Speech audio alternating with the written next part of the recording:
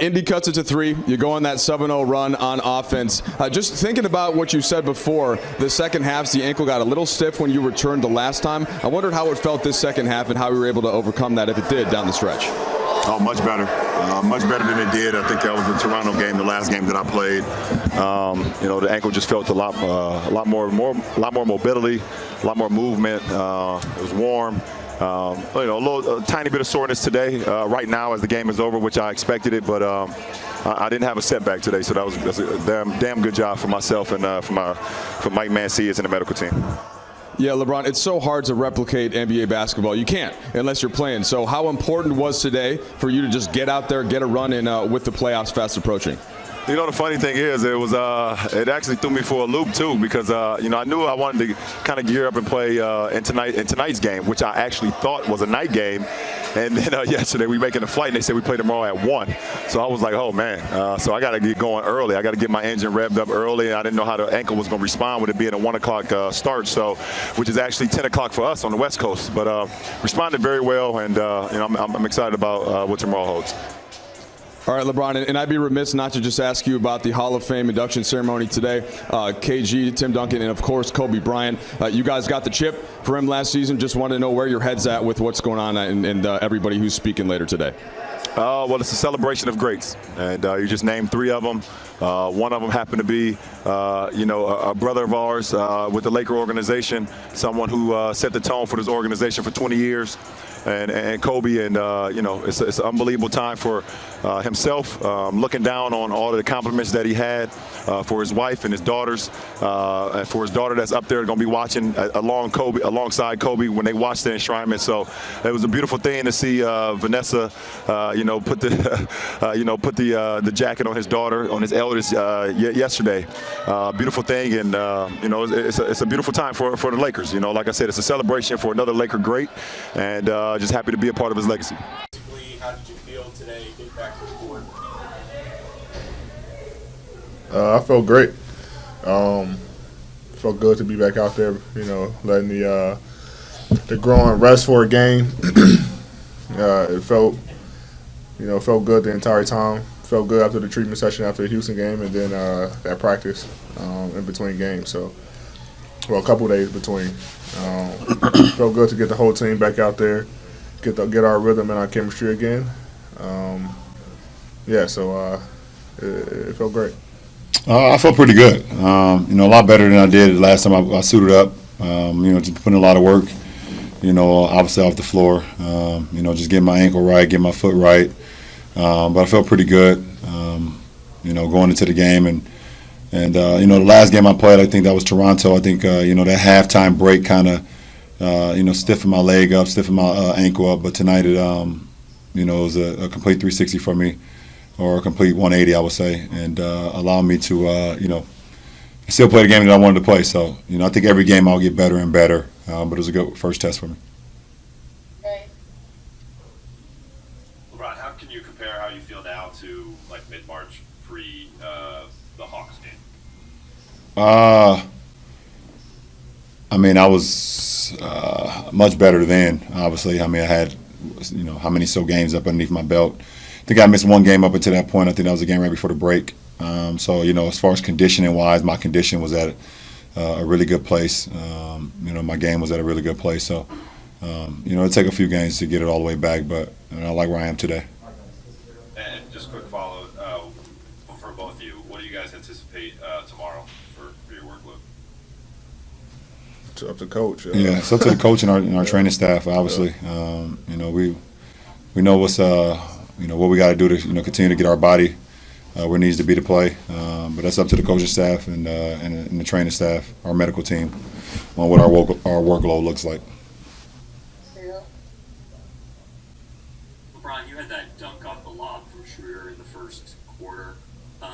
Obviously, that gets fans very excited when they see something like that when you're back on the court. But does a play like that help you feel like you're back in any way, or help you sort of confirm that you're where you need to be? I think it definitely helps. Just from the sense of being able to, have a quick twitch mind. It was a turnover that happened, so when the turnover happens, you have to, readjust where you were and quick twitch turn to go the other way. So I was able to do that, and AD pushed the break and kicked it up to Dennis, and I just tried to fill the left wing, which I've been good at kind of like my whole life, just filling wings, and DS threw it up there, and that was a test for me. It was a test for me to go up and get it, and I was able to finish it home. So it was a good test for my ankle and a good play for our team.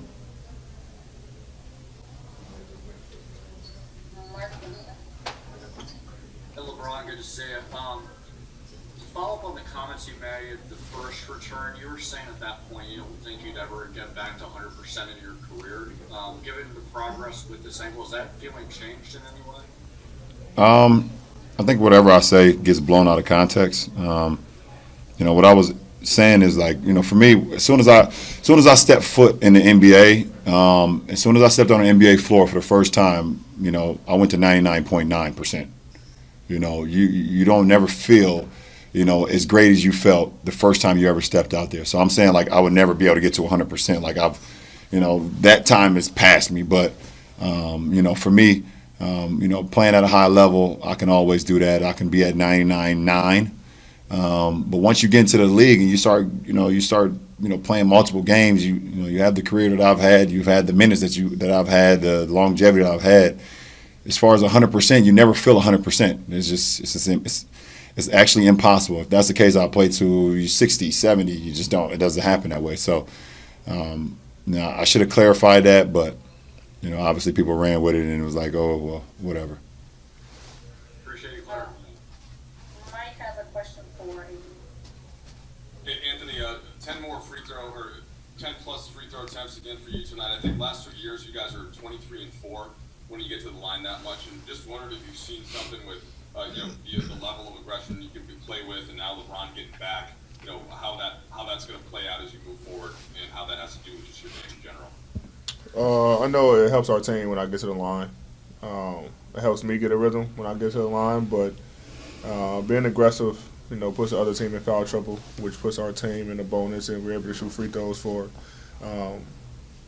6, 7 plus minutes in a quarter.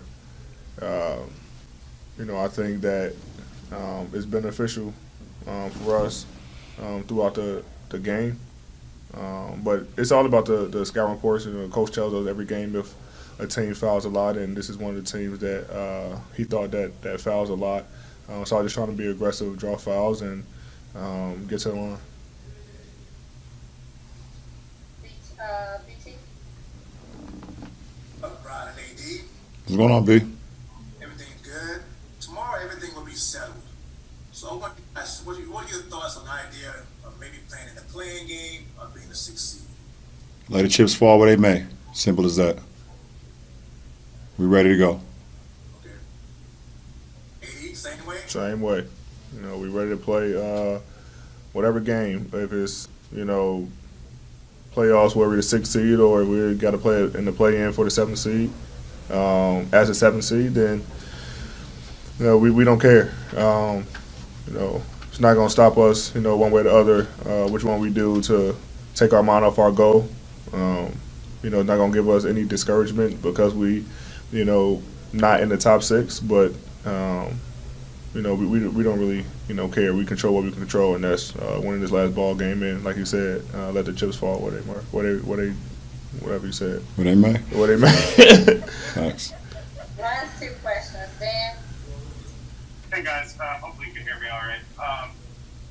Today's Hall of Fame induction probably hits a bunch of different ways. LeBron, I guess I'm curious, what's sort of your reaction to this class overall? I mean, you've got Kobe, obviously, but then also the guy you competed against in Tim, the guy you competed against in AP, well, picked away as a pro guy. What's your reaction to that? So you can watch the ceremony today, and I guess I'm sort of. Well, my reaction to the class is probably one of the best classes that went in at the same time, as far as individuals, and then that big 3. I can't think of a better big 3 that's went to the Hall of Fame at the same time better than this one. When you look at Kobe's resume, KG's resume, and Timmy D's resume, 3 of the best players that ever played this game, 3 champions, 3 Hall of Famers, 3 MVPs. They got everything that you could ever want in this league. They got everything. So I think it's the best class as far as those three. I don't think there has not been a better big three to go in at the same time.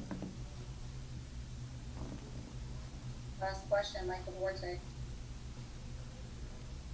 Yeah, thanks. LeBron, tough to follow up that Kobe question, but in your post-game interview, you said you felt better, there was more strength, mobility, movement in the ankle, a little bit of soreness. I'm curious how that was different than that game against the Raptors at halftime when you said it was stiff, and what is the medical staff and doctors telling you about what to expect now moving forward?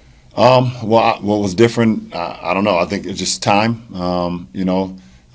Being in the Toronto game just gave me a sense of where I was physically as far as my ankle, but I needed it. I needed that test to see where I was then, to know where I needed to go. So, and today was another opportunity to see where I'm at and how far I can go too. So I still got some more room for improvement as far as my ankle, my mobility, and my strength. But I'm 10 times better than I was in that Toronto game, and I believe I can get 5 to 10 times better in the future. So, like I said, the more games that we have, the more opportunity I get to really just continue to strengthen everything around it, and continue to get better. So, we got a great team. I got a great team around me. My trainer's on me every single day, and I'm on myself about doing what I can do to be available to this team and controlling what I can control.